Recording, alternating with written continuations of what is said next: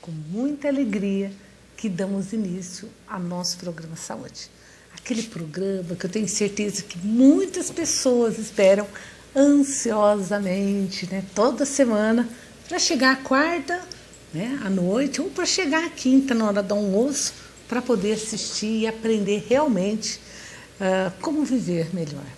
Hoje, gente, vamos falar de um tema que todo mundo vai gostar, porque é um tema que não tem nada a ver com sexo, né? Porque serve para as crianças, para os adolescentes, para os idosos, homens, mulheres, para todo mundo. E é um convidado que já veio outras vezes aqui. Mas, como sempre nos agrada muito e responde ao nosso telespectador com o maior carinho, não tem como não convidá-lo novamente. Então, eu já vou dar as boas-vindas ao nosso convidado e falar para vocês que estão em casa o tema do programa Saúde. Hoje estamos recebendo mais uma vez aqui nos estúdios da TV Direta a presença do Dr. Everton Ricieri Scaramelo. O Dr. Everton é médico, endocrinologista, aqui na nossa vizinha cidade de São José do Rio Pardo, né? Mas como atende lá, atende muita gente daqui, nós resolvemos mais uma vez convidá-lo para falar desses importantes assuntos que são as doenças endocrinológicas. Mas, antes de eu falar das doenças, vamos dar as boas-vindas ao nosso convidado.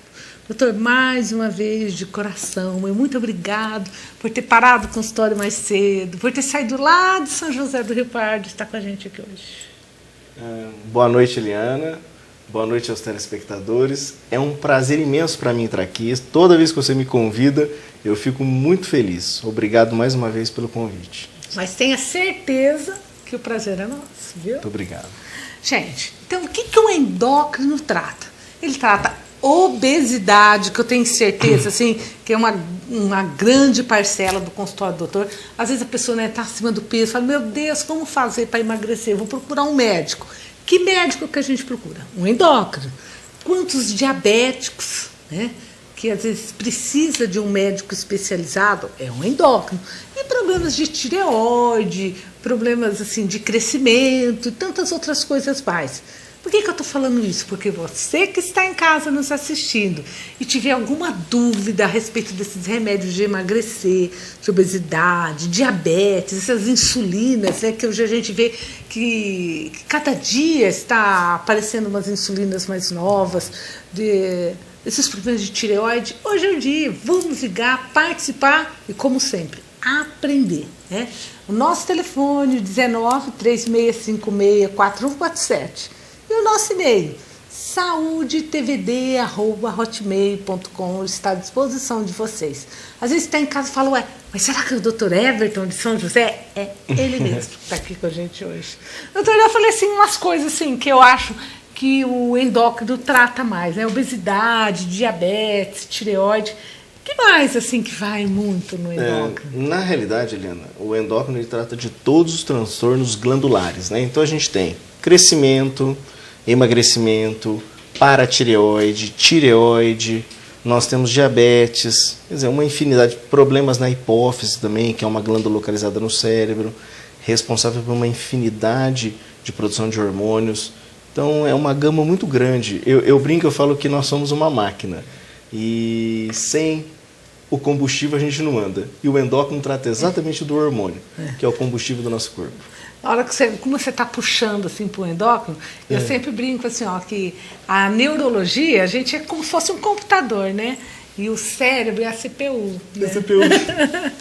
Então, não querer dizer, né? Mas cada um, né? Entendi. Tentando puxar para você. Mas, gente, ó, como assim, os assuntos são múltiplos na área da endocrinologia, eu vou iniciar falando de uma doença que infelizmente, né, ainda no nosso país tem muito, que é o diabetes. Eu gostaria de perguntar para o doutor, um paciente diabético, eu vou dizer aquele diabético assim que no decorrer da idade ele ficou um pouco obeso ou por uma herança familiar, por algum motivo ficou diabético. Ele pode ter cura sem medicamento? Se você olhar na literatura médica, Eliana, só para explicar, nós temos dois tipos de diabetes, o tipo 1 e o tipo 2. O tipo 1 é uma doença autoimune, não tem a ver, não tem relação com o fato de ter um membro na família com diabetes ou não. O tipo 2, que é o que a gente vai falar agora mais, é aquele paciente que tem uma hereditariedade, o tio, o pai, o avô, alguém na família é diabético. Esse sim, ele tem uma certa hereditariedade. Então, o que a gente vê? Na literatura médica, você não tem cura para o diabetes. O diabetes ele tem tratamento. Mas, se você conseguir fazer o diagnóstico num paciente obeso e você consegue pegar o início do diabetes de 6 meses até 1 ano, se ele perder peso, mudar o estilo de vida, tiver uma alimentação equilibrada, ele consegue reverter o diabetes. Isso não quer dizer que ele não possa desenvolver o diabetes futuramente, mas ele consegue reverter e abaixar os níveis de glicose naquele momento. Agora, o diabético tipo 1, aquela criança que já descobre ser diabética e já precisa de insulina e não, tem que tratar, né? Isso, esse não. Esse é um paciente. O diabetes tipo 1, como eu falei anteriormente, ele é uma doença autoimune. Ou seja, o organismo entende que dentro do pâncreas, a célula beta, que é quem produz a insulina, ela é uma inimiga. O organismo vai lá e destrói a célula beta. E ele não mais produz insulina. Então só tem uma forma de tratamento, a insulina. Então ele se torna insulino dependente. Eu já vi um paciente diabético uma vez, doutor, que ele comia de tudo, bebia, fazia tudo que ele acha que tem que fazer. De repente ele vai lá, mede a glicemia, está alta, ele vai lá e faz insulina sempre. Isso foi proporcionado devido à vinda de umas novas insulinas no mercado. A gente chama de análogos de insulina, né? Eu diria que de 2005 para cá começou uma nova linha de medicamentos para diabetes. Essas insulinas, elas têm insulina de ação rápida e insulina de ação mais longa, que você pode usar uma vez ao dia. E as outras que você pode usar no momento em que você for comer. Por quê? Quando a gente come, vou dar um exemplo, um carboidrato, o arroz, depois de 2 horas que você consome o arroz, ele está no organismo, 100% se transforma em açúcar. Quando você aplica a insulina, essa insulina que a gente fala que são os análogos de insulina, de ação ultra rápida, ela começa a agir em 10 minutos, tem o pico de ação em 2 horas, 4 a no máximo 6 horas ela não tem mais nada. Então ela proporciona ao paciente poder ter uma flexibilidade na alimentação. Eu quero comer, pode comer, só que ele tem que fazer uma coisa chamada contagem de carboidrato. Isso é fundamental. De uma certa forma dá um pouquinho de trabalho, mas eu falo para o meu paciente, é preferível você ter um pouco mais de trabalho na contagem do carboidrato do que você precisar ficar sentado para fazer hemodiálise 3 vezes por semana, de 4 a 6 horas. Então é importante você fazer essa continha para poder usar essa insulina. Porque, infelizmente, o diabetes é uma doença que traz muito problema, né, doutor? E muitas vezes até a pessoa nem sabe que é diabético, a hora que descobre pelas complicações. Isso. Né? Eu vou te passar um dado estatístico aqui, Eliana, que até eu fiquei meio estarrecido com isso. Recentemente, agora em 2013, saiu um trabalho mostrando que a maior causa de cegueira prevenível no mundo, diabetes. A maior causa de amputação de membros inferiores não traumático, ou seja, não causado por acidente, diabetes. E a segunda maior causa de hemodiálise. Então, se a gente for ver, é uma doença que ela debilita muito a qualidade de vida do paciente. Então, se você consegue fazer o diagnóstico mais rápido, tratar mais rápido, fazer com que essa glicemia não aumente, os riscos do paciente desenvolver todas essas complicações reduz muito. Isso daí não é para assustar o paciente diabético, não, mas é para que ele realmente leve a sério sua doença, né, doutor? Eu falo assim, né, com meus pacientes, o diabetes é uma doença que ela exige de você uma coisa muito importante, que é a disciplina. O que ela quer de você? Alimentação correta, uma atividade física e que você tome os medicamentos de forma certa. Então eu não vejo aonde que o diabetes é uma doença que faz com que o paciente não consiga ter o dia a dia dele normal. Pelo contrário, ele tem sim. O diabetes não impossibilita você de fazer absolutamente nada. Ele apenas te regra e te deixa com uma disciplina para que você possa fazer tudo isso.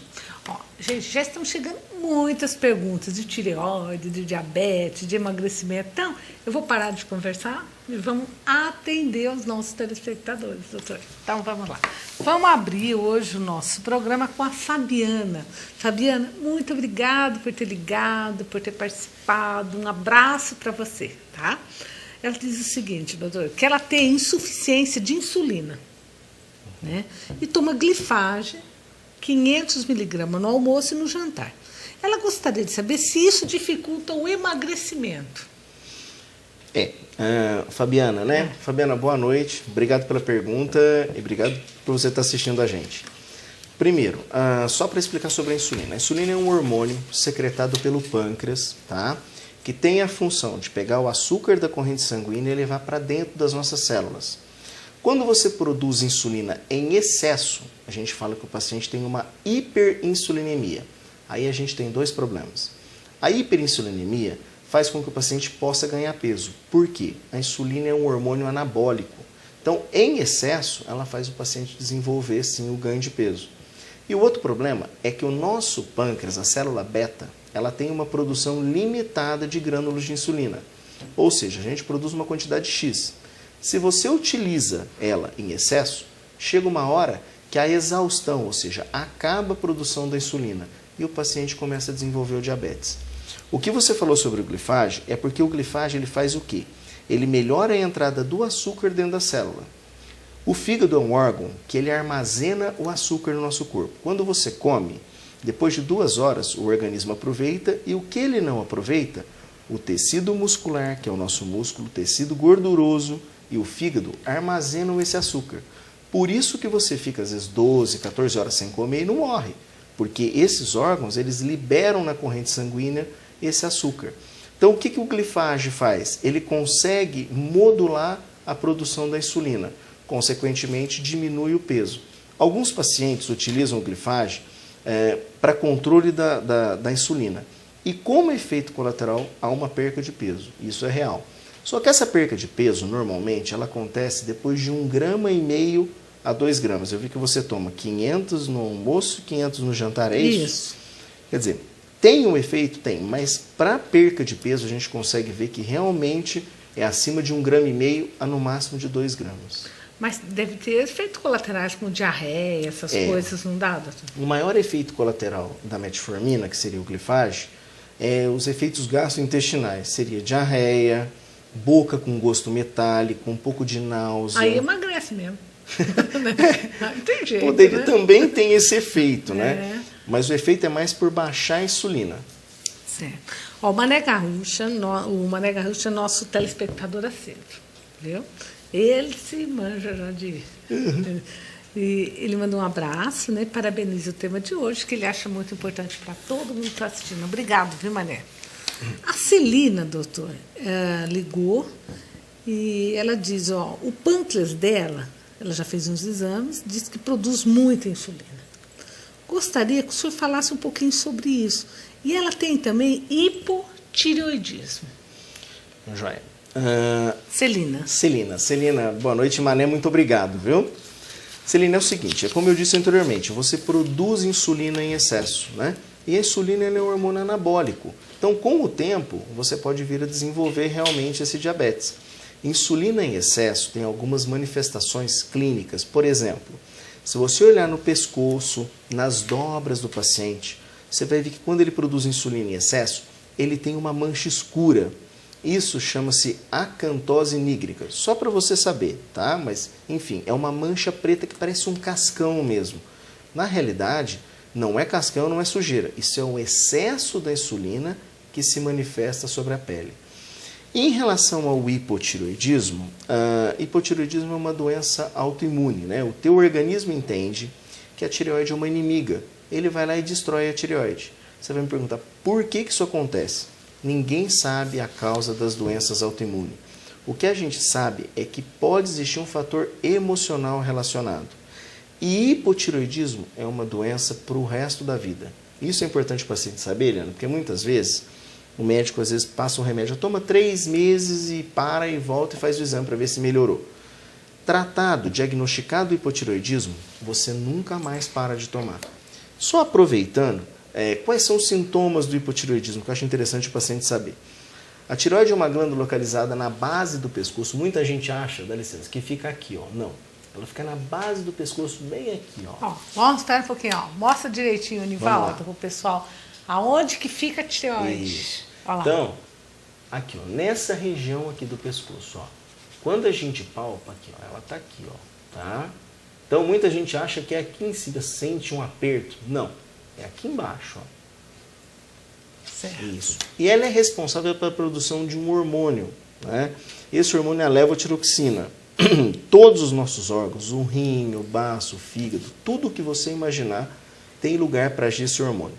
Quando há uma queda na produção desse hormônio, a gente fala que o paciente, como a Celina, tem hipotireoidismo. Ele apresenta os seguintes sintomas: queda de cabelo, sonolência, esquecimento, dor nas pernas, cansaço, unha quebradiça, pele seca e áspera, intestino preso, depressão, anemia, aumento de colesterol, diminuição da libido sexual, que é o desejo sexual, irregularidade menstrual na mulher, infertilidade e aborto espontâneo. Isso é muito importante. O risco do aborto no primeiro trimestre de gestação é muito grande. Por quê? No primeiro trimestre de gestação é formado o sistema neurológico do feto, até a 18ª semana. E nesse período é importantíssima a presença do iodo. Então, se a criança não tiver o iodo, ela não tem uma formação neurológica boa. Então, ou ela nasce com o QI baixo, ou então tem um aborto, porque é uma alteração cromossômica. Então, é uma doença muito séria. Mas já que está falando de tireoide, tem gente que fala assim, não sei se é desculpa, né? Mas eu estou gordo, mas é porque eu tenho problema de tireoide, né? Mas eu estou gordo, mas eu não vou emagrecer mesmo por causa da minha tireoide. Eu gostaria que o doutor esclarecesse isso aí, se a culpa é ou não da tireoide. É como eu disse, né? Uma coitada a tireoide, porque ela fica aqui, não tem responsabilidade nenhuma sobre o que o paciente sente aqui em cima, e a outra que todo mundo fala é em relação à obesidade, né? Que engorda por causa da tireoide. O que acontece quando você faz o diagnóstico do hipotireoidismo? O metabolismo fica mais lento. Imagina o seguinte, um paciente está numa esteira a 5 km por hora. O paciente com hipotireoidismo está a 2. Tudo nele fica mais lento. O raciocínio fica mais lento, a frequência cardíaca fica mais lenta. Então, talvez aí, pelo fato de ele estar se alimentando mais, ele não tenha queimado, portanto, ele engorda um pouco mais. Tratado o hipotireoidismo, mentira, não tem essa de que o paciente continua engordando. A culpa não é da tireoide? Não é da tireoide. O que você tem que fazer é o diagnóstico e começar o tratamento. Repôs o hormônio, acabou. Gente, enquanto nós estamos aqui respondendo, dá tempo de você ligar e tirar sua dúvida. Nosso telefone, 3656-4147, está à disposição de vocês. E não só de Mococa, a gente adora receber ligações de Erciburgo, da região, tá? Liga pra gente. Se você não quiser ligar, mande seu e-mail, saudedvd@hotmail.com. Liga aqui pra gente, mande sua sugestão, vamos aprender. A Lídia da Mocoquinha gostaria de saber, doutor, quais as doenças que os hormônios, as alterações de hormônios podem causar. E quais os exames que a gente tem que fazer para detectar se tem algum hormônio alterado ou não? Como que ela chama? Lídia. Lídia, boa noite. Em relação a uma série de hormônios que a gente... Só para você saber. A hipófise é uma glândula localizada no cérebro. Ela é responsável pela produção de 6 hormônios, né? O hormônio do crescimento, o hormônio que estimula o ovário na mulher e o testículo no homem a produzir os hormônios que seria a testosterona e o estradiol na mulher. É responsável também pela produção do hormônio do crescimento, prolactina, que é um outro hormônio também produzido na hipófise. Na realidade, eu sempre falo o seguinte, o sistema hormonal ele não funciona sozinho.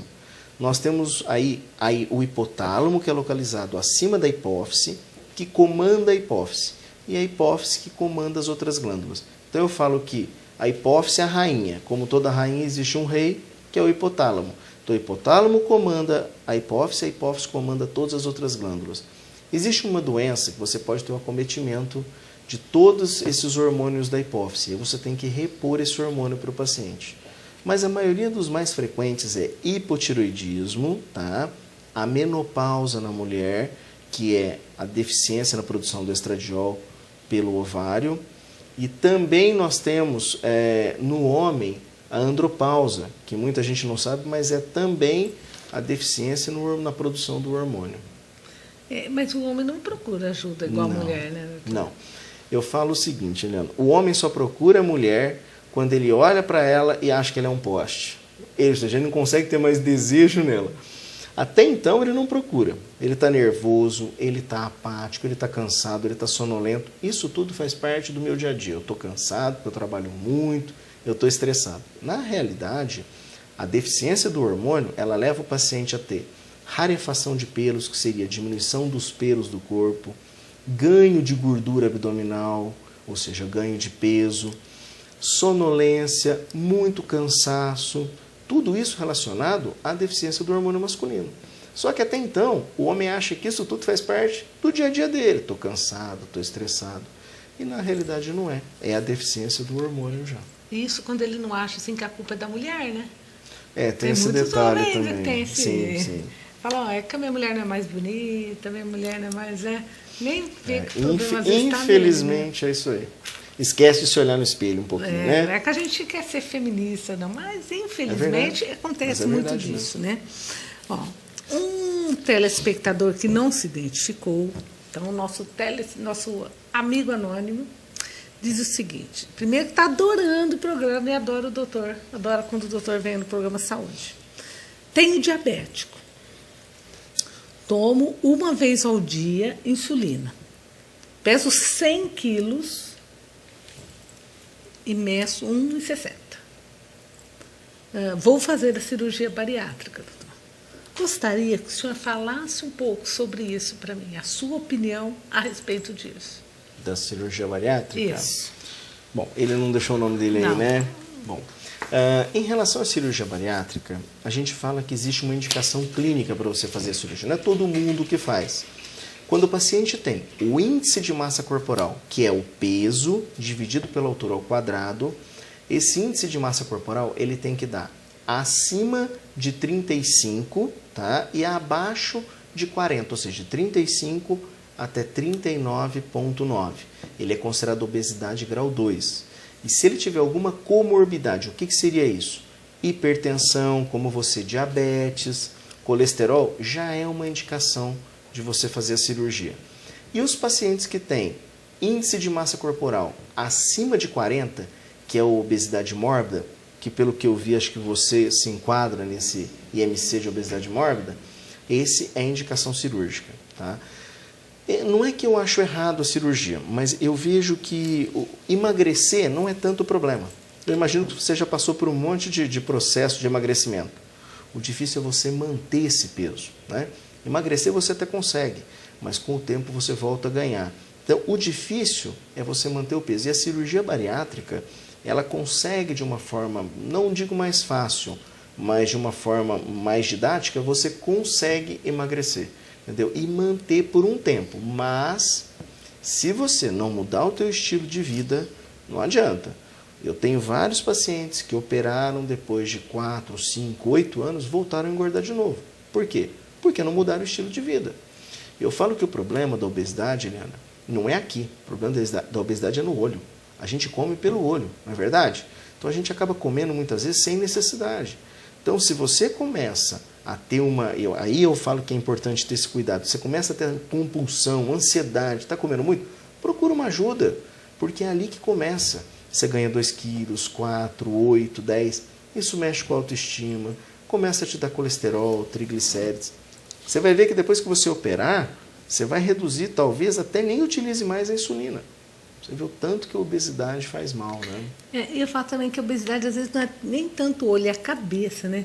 A pessoa está fazendo alguma, assim, está trabalhando e pensa, não, acho que eu vou comer tal coisa na hora que eu chegar, né? Hoje eu vou jantar em tal lugar. É a cabeça, eu acho assim que a gente tem que emagrecer a cabeça, né? A cabeça começar a pensar magro, né? A cabeça do obeso, eu falo isso também. A cirurgia que teria que ser feita é na cabeça, não é no estômago. Essa a gente ainda não tem. Mas é exatamente por isso, porque a gente começa a pensar o que eu vou comer no final de semana, o que eu vou comer no almoço, na janta, no dia anterior, né? Eu tenho que pensar o que eu tenho para comer aqui. E sempre, isso que eu acho importante, sempre inicia a alimentação, primeiro, com verdura e legumes. Depois você parte para o prato principal. Eu falo que o segredo para você domar a tua fome é todo dia comer um pouquinho menos. O estômago, ele consegue dilatar. Eu vou te dar um exemplo para você. Eu tinha um paciente, eu conto isso no meu consultório para os meus pacientes, até esse paciente morreu. A esposa dele teve comigo, ele pesava 234 quilos. Ele comia no café da manhã 18 pães, 12 bananas e 1 litro de leite.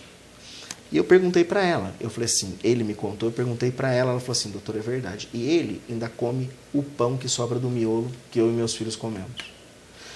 Conclusão, eu experimentei fazer isso, se quiser fazer isso na sua casa, põe isso dentro de um balde para você ver o tamanho que fica depois de 1 hora. Né? Aí você fala, como é que cabe isso dentro do estômago? O estômago humano ele pode aumentar 50 vezes o tamanho original dele. Então, ou seja, eu falo que é uma pessoa dentro do estômago, não é o estômago dentro da pessoa. Então é muito, ele consegue se dilatar. E a cirurgia bariátrica, depois que você faz, se você não tiver disciplina, automaticamente você vai voltar a comer de novo. Então eu falo que a cirurgia bariátrica ele exige um acompanhamento nutricional, um acompanhamento médico e um acompanhamento psicológico. Uma das coisas que a gente tem visto ultimamente, de 2 anos para cá, é o índice de suicídio também, após a cirurgia bariátrica. Mas veja só, por quê?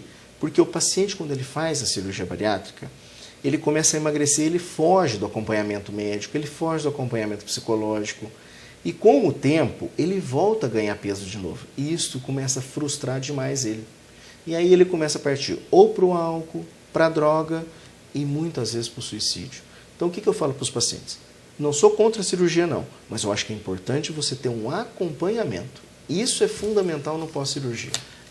Eu acho assim, a conscientização de que a cirurgia não é o fim, né? Nós vamos operar, mas nós vamos estar sempre juntos, sempre tratando. Eu falo que a obesidade ela não tem cura, né? Mesmo após a cirurgia, ela tem um acompanhamento. Né? Todos os pacientes que operaram comigo, que têm acompanhamento, que vêm em consulta, e eu vejo os outros colegas médicos também, não sei se você tem no seu consultório, mas quando faz o acompanhamento, a gente consegue detectar a tempo. O problema é a ansiedade. O problema está aqui, a gente identifica e vai conseguindo resolver o problema do paciente, mas não deixa ele engordar de novo. Né? Você vai ter uma boa qualidade de vida, viu? Pode ter certeza disso. A Célia ligou, disse que a mãe da Marilis, que é paciente do doutor, está assistindo e agradece todo o carinho que o senhor atende a filha. Então, diabética. Muito obrigado. A Marina, do centro, gostaria de saber quais os sintomas que a pessoa tem que prestar atenção assim, quando ela está com problema de tireoide. Então, como ela chama? Marina. Marina. Marina, é como eu disse anteriormente, né? Aqueles sintomas todos. Cansaço, sonolência, esquecimento, dor nas pernas, intestino preso, depressão, anemia, aumento de colesterol. Tudo isso são sintomas, não que seja de problema da tireoide, mas são sintomas que a gente fala inespecíficos, mas que fazem com que a gente tenha que pedir o exame de sangue para confirmar, que é o TSH e o T4 livre. São os 2 hormônios que a gente confirma o diagnóstico do hipotireoidismo. Os sintomas basicamente são esses. Né? A Sueli de Lima e a Lourdes de Lima estão ligando para mandar abraço. Abraço para o doutor, abraço para a doutora Eliana. Diz que a mãe dela segue todas as suas recomendações, principalmente em relação ao sol, porque ela quer cuidar da vitamina D, viu? É isso aí, são 2 pacientes. Elas se cuidam, viu? Se cuidam mesmo. A Sueli perdeu bastante peso também.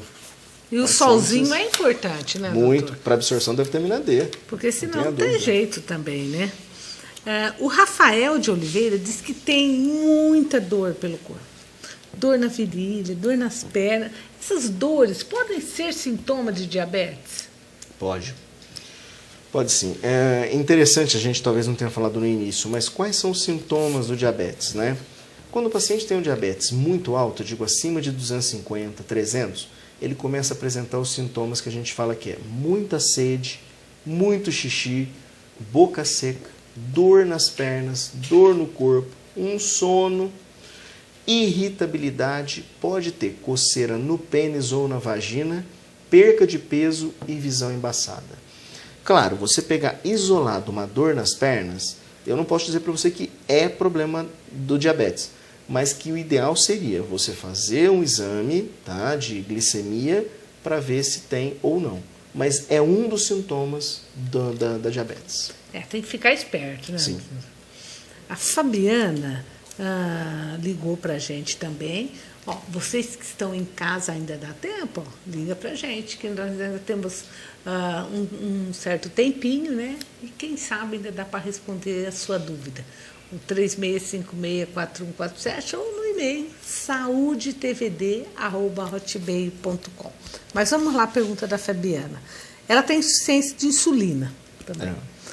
Arroz integral é melhor do que o arroz branco? Como que ela chama, Fabiana? Fabiana. Não tenha dúvida de que o arroz integral é melhor do que o arroz normal. Por quê? Quando a gente fala em arroz, a gente está falando de um carboidrato que a gente fala que tem alto índice glicêmico. O que é isso? Ele faz com que, quando você come ele faz com que o pâncreas tenha que produzir uma quantidade muito grande de insulina para poder controlar esse açúcar, né? Conclusão, o paciente que usa o arroz integral, por ser integral, ele tem um baixo índice glicêmico, então ele não faz com que o pâncreas tenha que produzir tanta insulina.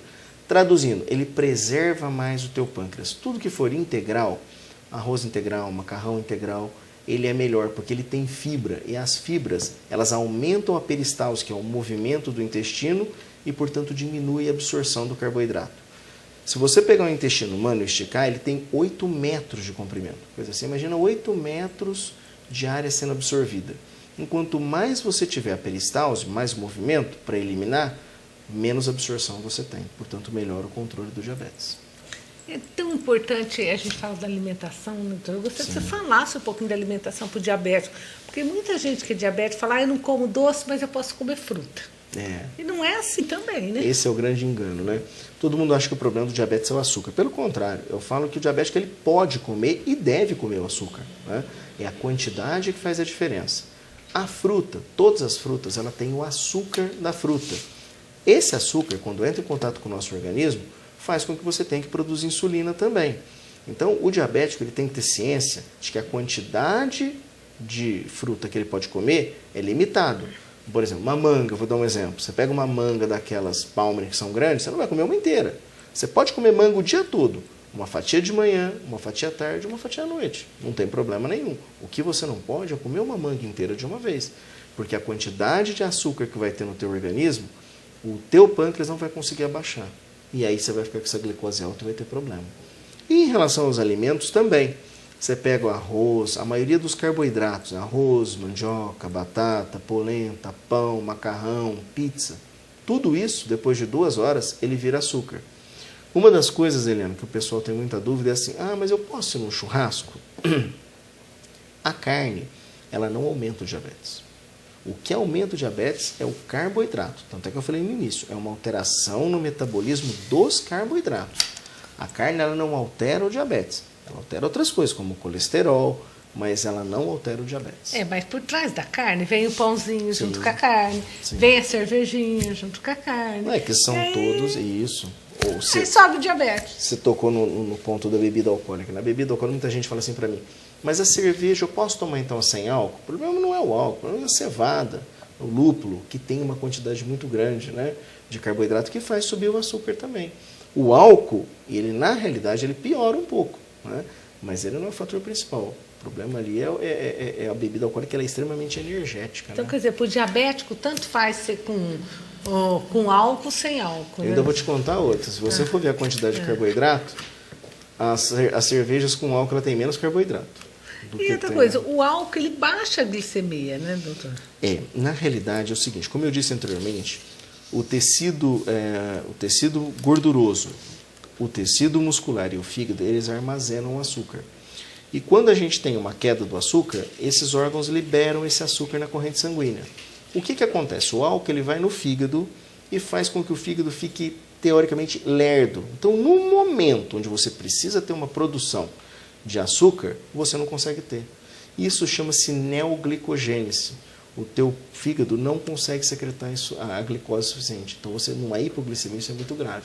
Essa história que todo mundo fala, o paciente que bebeu tem que ir para o pronto-socorro para fazer glicose, né? Isso não existe, não é essa. O objetivo da glicose não é esse. Né? Leva para lá para tomar um soro, para poder hidratar, que a hidratação dilui o álcool, você elimina mais via renal. Mas não é obrigatoriamente tem que tomar glicose, não. Porque todo mundo que bebe fala, já vou correndo tomar glicose, né? Não é isso não. Você pode, até pelo contrário, se for diabetes, você nem pode ir no pronto-socorro para tomar glicose, né? O ideal seria você fazer o controle antes de beber, ter um limite, claro, do álcool. Não que não possa beber, não é isso. Mas a quantidade que faz a diferença. Eu falo para o meu paciente o seguinte: se você beber uma latinha de cerveja 3 vezes por semana, eu não vejo problema nenhum. Aí tem gente que fala assim, mas eu não bebo a semana inteira. Posso beber tudo numa sexta? Não. Perdeu o dia, perdeu, né? A libação alcoólica, que é o excesso do álcool em um dia só, é prejudicial demais. Não só o pâncreas, mas o organismo todo. Então eu não vejo problema nenhum se eu tomar 3 latinhas, se tiver controlado o diabetes, claro. Se tiver com diabetes em 600, 500, não tem nem como, né? Você tem que realmente tirar até controlar esse açúcar. Mas logo que nós estamos falando de diabetes, doutor, infelizmente, as insulinas hoje são muito caras, né? A gente sabe que a insulina que realmente funciona, essas insulinas modernas, a maioria dos pacientes não tem condições financeiras de usá-las. Infelizmente é verdade, Eliane. E aí a gente tem recorrido muito aos processos judiciais para conseguir, né? E aí muita gente fala assim, mas muitos gestores de saúde me perguntam, mas qual que é a vantagem dessa insulina em relação à insulina que nós temos na rede pública? Nós temos a insulina NPH e a regular, que são as duas fornecidas pelo governo. A NPH é uma insulina que ela começa a agir em torno de 2 a 4 horas, tem o pico máximo dela de 6 a 8 e pode durar de 12 a 16. Por que eu falo pode durar ou pode chegar ao pico? Porque ela não é previsível. Não é uma insulina que você fala, daqui 3 horas ela está no pico máximo, daqui 5 horas ela está. A gente não tem como afirmar isso. Ela é muito instável.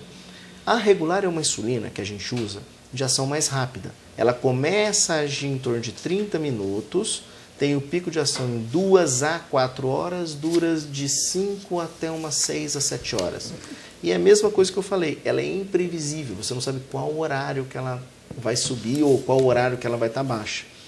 Esses análogos de insulina, que são as insulinas novas que a gente fala que tem no mercado, por exemplo, eu vou dar o nome de uma delas, né, que é a Degludec, que é uma insulina nova que chegou agora, ela começa a agir em torno de 30 minutos a 1 hora, não tem pico de ação, ou seja, ela não faz com que a insulina suba muito, portanto o risco de você ter uma hipoglicemia reduz em 60% a 70%. Então uma insulina mais previsível. E hoje a gente utiliza essas insulinas exatamente pelo que a gente mais teme no diabético, que é a hipoglicemia. Eu falo que a hipoglicemia, ela gera risco de vida. Eu falo que a hipoglicemia, ela é deletéria em todos os sentidos, ela faz mal em todos os sentidos. Primeiro, porque se o paciente tiver uma hipoglicemia e você não fizer nada, ele morre. Ele começa a ter os sintomas de tremor, taquicardia, coração dispara, suor frio, irritabilidade, tontura, desmaio e às vezes entra em crise convulsiva. Se você não ministrar um açúcar para ele de absorção rápida, ele morre. Primeira causa é essa, nosso medo maior. E segundo, que hoje a gente sabe que o paciente que tem problema cardíaco, quando ele tem uma hipoglicemia, o risco dele ter um infarto é muito grande. Então, o nosso medo hoje é em relação à hipoglicemia. E essas insulinas elas vieram exatamente para diminuir o risco da hipoglicemia, manter o controle da glicose mais estável, portanto, diminuir todas aquelas complicações que a gente falou anteriormente, né? Que é lesão na vista, lesão nos rins, lesão nos pés. Você tem uma noção, quando você faz o diagnóstico do paciente diabético tipo 2, você pergunta para o paciente, quanto tempo faz que você fez o diagnóstico? Ele fala, doutor, faz 3 anos. 3 anos que a glicose está acima do limite, mas a célula beta do pâncreas dele, que é quem produz a insulina, já tem mais ou menos 12 anos que ela vem apresentando sinais de falência. Então, na realidade, não são 4 anos, são 12 mais 4. Por isso que ao diagnóstico do diabetes tipo 2, muitos pacientes já têm lesão na vista, lesão nos rins e lesão nos pés. E se a gente pensar, as complicações do diabetes são tão graves que compensa, às vezes, investir numa insulina, às vezes até mais cara, né? Sabe que essas pessoas têm um risco muito grande de morrer de infarto, de derrame, né? De amputar a perna, de ficar cego. Exatamente. Às vezes pode falar, é cara a insulina, mas é um investimento, né? Eu tenho um trabalho, Eliana, que nós fizemos no Unicamp sobre isso, mostrando exatamente o gasto que você tem com o paciente quando ele vai fazer uma amputação e o gasto que ele teria usando insulina compensa infinitamente mais. É que muitas vezes a gente não pensa de forma imediata, mas quando você controla a glicemia do paciente, ele evita de ter, por exemplo, uma amputação. A amputação ele vai ficar internado, ele vai ter que usar antibiótico, ele vai ter que ficar no hospital no mínimo 20 dias, vai usar uma prótese que também não é barato. Então tudo isso você tem que contar. O paciente ficou com um problema no rim, ele vai fazer hemodiálise, ele vai para o banco de transplante. Então, quer dizer, tudo isso, além de gerar um transtorno na vida do paciente, alterar a qualidade de vida dele absurdamente. Então eu falo que o controle da glicose com essas insulinas é muito melhor e muito mais econômico para o município, para o estado, do que a gente tratar as complicações. Só para te falar, a Sociedade Brasileira de Diabetes, junto com a Sociedade Brasileira de Endocrinologia, recentemente agora mandou um ofício. Até esse ofício eu participei. E a gente mandou para o Ministério da Saúde, pedindo que fosse implantado, em alguns casos especiais, esses novos insumos de insulina. Que essas insulinas especiais. E, infelizmente, como era de se esperar... Foi negado. Infelizmente. Com a justificativa de que não tem sentido você usar, né? É muito caro? Quanto custa, em média, assim, então, um tratamento? Assim, depende da quantidade que você usa de insulina por dia. Mas só para você ter uma noção. Tem uma caneta que ela tem 300 unidades. Ela custa, em média, 60, 70 reais, que é essa insulina de ação mais lenta. E a de ação mais rápida, ela custa em torno de 30, 28 reais. Só que muitas vezes, quando o município compra em grande quantidade, nossa, sai muito mais barato. Quer dizer, então, para o município, eu acho que é um benefício muito grande. Até aproveitando a oportunidade, quando você estava como secretário, eu lembro disso, a gente pediu os pacientes falaram para mim, nossa, doutor, lá eu acho, consigo achar. Então, eu sempre falei que Mococa sempre esteve na frente. Né? Essa parte de insulina, contando com a sua época, foi uma época de ouro do início do tratamento com essas insulinas. Não, realmente o investimento na saúde, medicamentos, né, foi muito grande. Mas vamos lá, ó. A Terezinha ligou para mandar um abraço, dizer que é seu paciente, gosta muito do doutor e está nos assistindo. Obrigado, Terezinha. Outro telespectador que não se identificou fez uma pergunta que muito interessante, e eu acredito até que muitas pessoas não devem ter conhecimento a respeito disso. Gostaria que você falasse sobre a doença de Hashimoto. Né? O que é a doença de Hashimoto? E o hipotiroidismo, né? A diferença dos dois. Bom, então vamos lá. O hipotiroidismo, nós temos a doença de Hashimoto, na realidade é uma tiroidite, uma doença autoimune, tá? Onde você tem o aumento na produção dos anticorpos. Só para você saber, o anticorpo antimicrosomal e o anticorpo antitireoglobulina. Esses dois anticorpos, eles agridem a tireoide e levam a tireoide a parar de produzir. Quando você tem esses dois anticorpos altos e você tem um paciente com hipotiroidismo, você tem a tireoidite de Hashimoto. Só para aproveitar, Eliana, um pouquinho. E quando você tem o excesso na produção do hormônio da tireoide, você tem o hipertiroidismo. E se você tiver os anticorpos também altos, você tem a doença chamada doença de Basedow-Graves, que é o excesso na produção do hormônio. Então seria o contrário do Hashimoto. O contrário do Hashimoto, isso. E ele pergunta também, esse telespectador, qual a diferença entre insulina regular e insulina normal? Insulina regular e normal. Então a regular, na realidade, é que é fornecida pela rede pública. O que a gente estava falando agora é da insulina ultra rápida. Qual que é a diferença? A regular ela começa a agir em torno de 30 minutos, tem o pico de ação de 2 a 4 horas e dura de 5 até 7 horas. Você viu que eu falei em instante algum, né? Que ela pode começar, pode chegar e pode diminuir. Ela não tem horário fixo. Já esses análogos de insulina, que são as insulinas ultra rápidas, ela começa a agir em 10 minutos, tem o pico de ação em 2 horas, 4 horas ela não tem mais nada. Então é uma insulina que age no momento exatamente que você for comer, ou que a glicose estiver alta. Então ela faz a glicemia baixar muito rápido. Mais segura, né? Mas isso, exatamente. O médico, ele passa, por exemplo, eu falo para meus pacientes, você pode usar, dali 2 horas você mede. Se ela estiver alta, pode aplicar de novo. A regular eu não falo. A regular eu falo, se ela estiver alta, espera mais umas 4 horas. E se estiver alta, espera mais um pouquinho. Porque é imprevisível o pico dela. Eu falo assim, muitas vezes a gente como médico fica numa angústia de saber assim, que a gente prescreve uma insulina, um remédio, mas podia dar uma coisa melhor, né?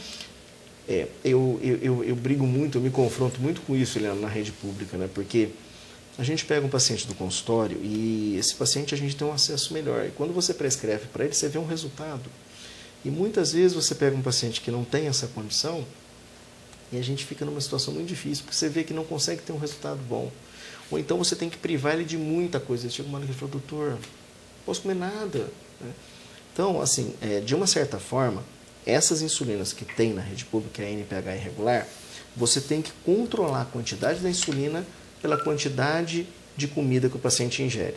Esses análogos de insulina, que são essas insulinas novas, é o contrário. O paciente come e adapta a insulina para aquilo que ele precisa. Então, ele tem uma flexibilidade para comer melhor, né? Doutor, existe, assim, diabético que não controla? Fala assim, ó, esse diabético eu já fiz de tudo, esse não controla?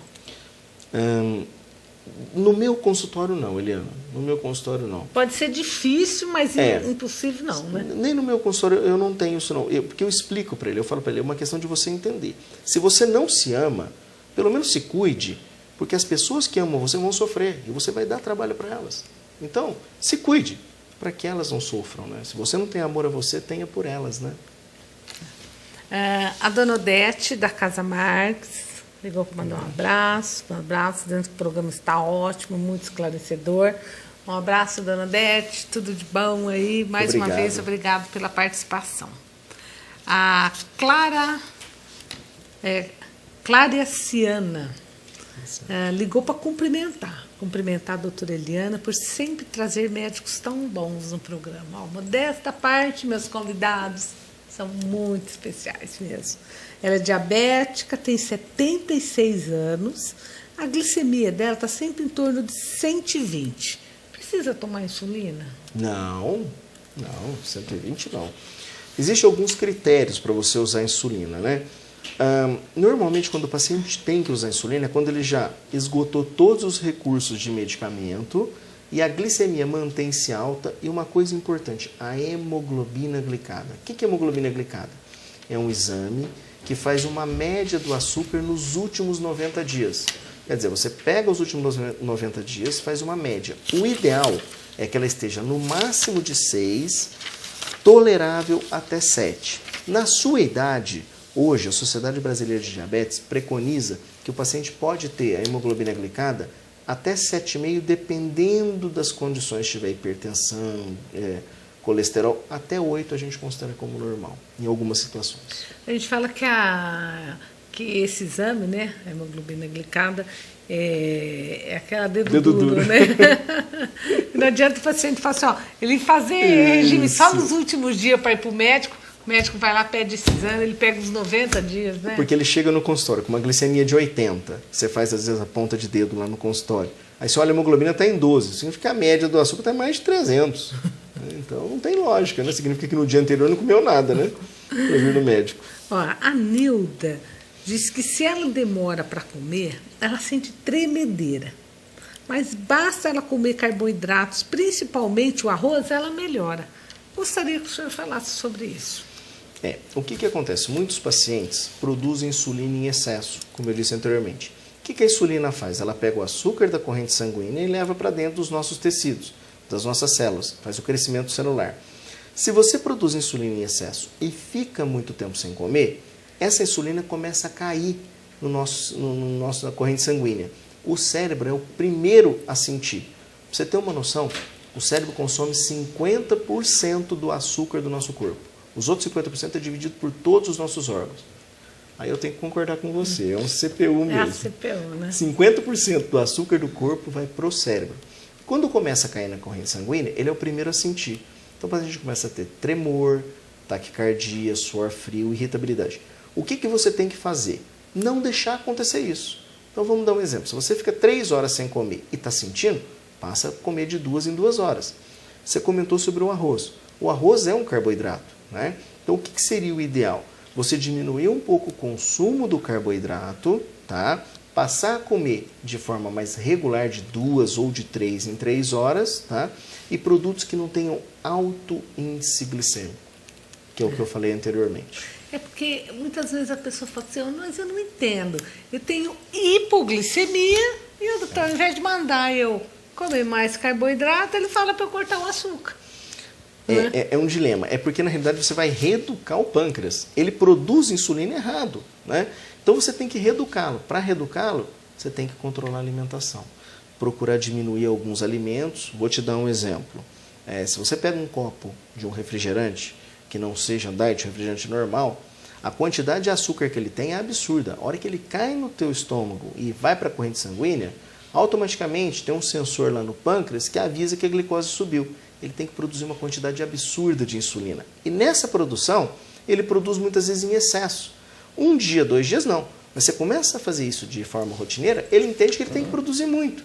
E quando ele produz muita insulina, a hora que ele começa a baixar a glicose, o paciente começa a ter os sintomas. Então, a melhor coisa é reeducação alimentar. Eu gostaria de avisar que as ligações estão encerradas, né? Mas nós vamos ainda responder a todos os nossos telespectadores que ligaram. A Ana, do Projeto 100, foi a pergunta que ela disse agora, né? Que o senhor falasse um pouquinho a respeito da hipoglicemia. Da hipoglicemia, né? isso. É o que nós estamos falando, né? A Maria da Santa Rosa diz que tem muita batedeira, né? E às vezes ela tem a impressão até que ela vai desmaiar, que some a mente, né? E ela gostaria de saber se isso pode ter relação com o hormônio. Pode ter com relação o hipotireoidismo, ele pode dar isso também. O hipertireoidismo, perdão, ele pode dar isso também, o aumento na taquicardia, na frequência cardíaca. Agora, eu não sei quais os remédios que você está tomando. Tem alguns medicamentos também que podem aumentar a frequência cardíaca. A princípio, o ideal seria você fazer uma série de exames hormonais para afastar essa possibilidade. O Ricardo Figueiredo, Ricardo, um abraço para você e parabéns pelo sucesso do seu programa, viu? Ele fez uma pergunta também interessante. Doutor, gostaria de saber por que os ferimentos e os machucados de quem tem diabético não saram? E se o fato de consumir muito açúcar pode levar alguém a se tornar diabético? Ricardo, boa noite. Boa pergunta, viu? Essa é uma dúvida muito frequente, né? Que todo paciente diabético ele tem problema com cicatrização. Não é assim. A gente fala que as complicações do diabetes, ela demanda um tempo para acontecer. Então, por exemplo, ninguém descobre o diabetes hoje e já vai para a insuficiência renal e vai para a hemodiálise. Mas com o passar do tempo, e isso depende muito de cada paciente, 10, 15, 20 anos, ele começa a ter uma complicação. Essa complicação é porque os vasos sanguíneos do nosso corpo, que são os capilares, os pequenininhos, eles ficam obstruídos pelo açúcar, ou seja, ele fica entupido. Então o sangue não chega até a extremidade. Vou dar um exemplo, você machuca o dedo. O que leva o oxigênio, o que leva todos os nutrientes até a ponta do dedo? O sangue.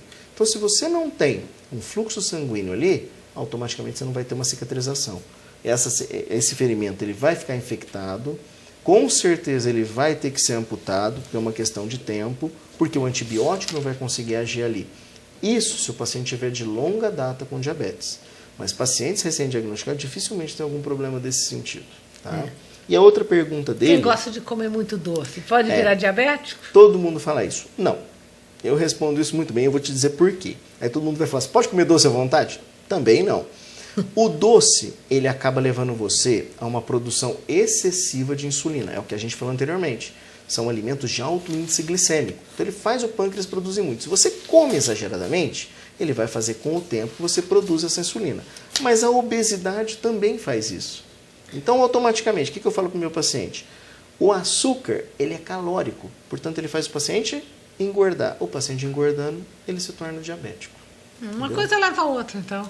Mas não que diretamente o açúcar, o paciente come muito, ele vai ter diabetes. Não. É porque é uma série de outros fatores que levam ele a desenvolver o diabetes. O Chico enfermeiro ligou pra gente, dizendo que ele é diabético. Outra vez que eu tive aqui, ele ligou também. Você sabe que o Chico também já tá ficando, assíduo nosso também aqui, Chico. Diz que é diabético, né? E que o programa tá muito esclarecedor para ele. Ele agradece demais o doutor, né? Por lhe dar dicas tão importantes para a saúde. Que bom. Chico, espero que você esteja se cuidando, hein? É verdade. Tem que se cuidar. O seu Agnello Gomes me ligou que está assistindo o programa, está excelente. Ligou para cumprimentar o doutor e a doutora Eliana pelo programa de hoje. Seu Agnello, muito obrigado pela ligação, viu? Muito obrigado, seu Agnello. Fazia tempo que o senhor não ligava, hein? A Maria Luísa, do Jardim Nova Mococa, gostaria de saber qual a relação do excesso de insulina com o surgimento de cisto de ovário. Tem relação, doutor? Tem. Isso é uma coisa, como ela chama? Maria Luísa. Maria Luísa, parabéns pela pergunta. Isso chama-se síndrome do ovário policístico. É diferente de ovário policístico. Ovário policístico, você vai lá, faz um ultrassom e vê um cisto no ovário. Síndrome é um conjunto de sinais e sintomas onde você tem o aumento na produção da insulina, levando a uma alteração de todos os hormônios. O que acontece nesse paciente? Normalmente, a paciente não consegue ovular. Isso na mulher, claro, ela não consegue ovular. Então, dificilmente ela consegue engravidar. Quando você entra com a metformina, que você controla essa produção da insulina, normalmente o paciente engravida. Então, o problema maior aí é a insulina relacionada à síndrome do ovário policístico, que acontece muito no paciente obeso, a maioria das vezes. O paciente João Pedro Passarelli Nóbrega ligou para deixar registrado um abraço, que ele também está te assistindo. Mandar um beijão para ele, viu, João? Fica com Deus, ó. Tá bem, controla isso aí, hein? Glicemia, hein? A Ângela do Jardim Primavera gostaria que o senhor falasse novamente o nome da insulina rápida. Porque o senhor falou. E qual o exame que ela tem que fazer para saber se o pâncreas dela ainda está funcionando, né? E por que a insulina dela cai muito à noite? A glicemia deve ser, né? Ela usa insulina, Eliana? Ela deve usar insulina, porque ela fala que a glicemia dela cai muito à noite. Vou começar de trás para frente. Então, em relação a você ter... isso a gente chama de hipoglicemia noturna. Provavelmente, ou é o excesso da insulina, tá? Ou você está indo dormir e não está fazendo o que a gente chama de ceia, que é a última refeição, exatamente porque o pico de ação da insulina vai dar na madrugada. E aí, se você não tiver comido, o que vai acontecer? Queda do açúcar. Então, duas coisas. Ou controlar a quantidade da insulina, ou então você consumir alguma coisa antes de dormir. A outra pergunta que ela fez também... O nome da insulina rápida... Então, em relação à insulina que eu comentei anteriormente, a gente fala que são análogos de insulina. Existem várias no mercado hoje. Essa já ação ultra rápida, ela é chamada de Novorapid ou Humalog. Tá? São os dois nomes que tem no mercado hoje das insulinas. E em relação às insulinas de ação mais lenta, que a gente fala que reduz muito o risco de hipoglicemia, tem também a Glargina, que é a Lantus, que é a mais antiga que a gente tem a Levemir e uma outra insulina agora, que chegou, que ela é muito mais estável, ela controla muito melhor, que é a Degludeca, chamada Tresiba, que também é uma insulina muito boa, que ela pode ser usada aí a cada 24 horas. E ela gostaria de saber qual exame que ela poderia fazer para saber se o pâncreas ainda funciona. Então, quando o paciente é diabético e ele está controlado, a gente pede um exame chamado peptídeo C. O que esse exame faz? Ele mostra para a gente a reserva de insulina que tem no seu pâncreas ainda. Não que ele seja um preditor, quero dizer o seguinte, ele vai estar baixo, significa que a sua insulina acabou. Mas ele é um dos exames que a gente utiliza para conseguir nortear se o paciente ainda tem uma produção ou não. Mas é o exame hoje mais importante para a gente fazer em relação a isso. Cansou, doutor? Nem um pouco. Nem um pouco. Bom, eu gostaria de mais uma vez deixar registrado aqui o meu carinho, meus agradecimentos à sua presença aqui com a gente. Eu acho que foi muito importante, né? A gente focou mais no diabético, assim, até por a pedido dos nossos telespectadores, né? E deixar aqui registrado que você continue essa luta, né? Essa luta sua para oferecer sempre o melhor para o paciente. Eu acho que a gente tem que ser assim mesmo. Se existem insulinas melhores, se existem coisas melhores para a gente oferecer, a gente não tem que se contentar com só o que é oferecido, né? Eu penso em vocês que vivem muito esse dilema, né? Eu estendo os meus pacientes como membros da minha família. Então eu penso da seguinte maneira: sei que é caro, sei que o sistema de saúde às vezes não comporta, Mas eu penso, se fosse meu filho, se fosse minha mulher, se fosse minha mãe, se fosse meu parente, eu usaria melhor? Então eu vou usar para os meus pacientes também. Porque pelo menos eu deito no meu travesseiro e eu durmo. Eu fiz o que eu pude de melhor. O meu Conselho Federal de Medicina exige isso, que a gente passe para os nossos pacientes aquilo que a gente tem de melhor. Então, se eu tenho algo melhor, eu não posso omitir para o meu paciente, eu preciso passar para ele. Eu penso assim. Eu gostei, gente, imaginem, hoje eu vou oferecer de presente para o doutor que veio aqui os doces de uma empresa mocoquense, né? A Biba. Você vai ver, doutor, que ainda mais que você falou que todo mundo pode comer doce, até o diabético, né? É isso mesmo. Olha, gente, se o endócrino está dizendo que pode comer doce, vocês imaginam aqui, olha, nós temos todos os doces, olha aqui, não sei se o senhor conhece esses doces, esses doces são produzidos aqui em Mococa, né, ó, é de moça, pingo de leite. Você sabe que eu tinha uma paciente que trabalhava lá, e ela me trouxe uma vez, e toda vez que ela vai no consultório eu compro, ela me leva. Eu já conheço. Um agradecimento obrigado, especial à viu? Biba, né? Obrigado. Obrigado para a Biba, viu? Muito obrigado pelo E a presente. todos vocês que ligaram, que participaram do programa Saúde, eu gostaria aqui de deixar registrado o nosso agradecimento. Muito obrigado, doutor, por ter participado. Muito obrigado. Eu queria agradecer aos telespectadores. Obrigado pelo tempo que vocês ficaram aí com a gente. E queria dizer que o diabetes realmente é uma doença grave, tem que ser tratada, mas guarde isso. Diabetes não é uma doença que limita você de nada. Se você quer ver se isso é verdade, vá até o seu quarto, feche a porta, tire a roupa e veja se você tem alguma coisa diferente de alguém. Não tem. Você tem apenas a deficiência de um hormônio chamado insulina, o que não te limita de nada. Pelo contrário, basta você ter disciplina para cuidar.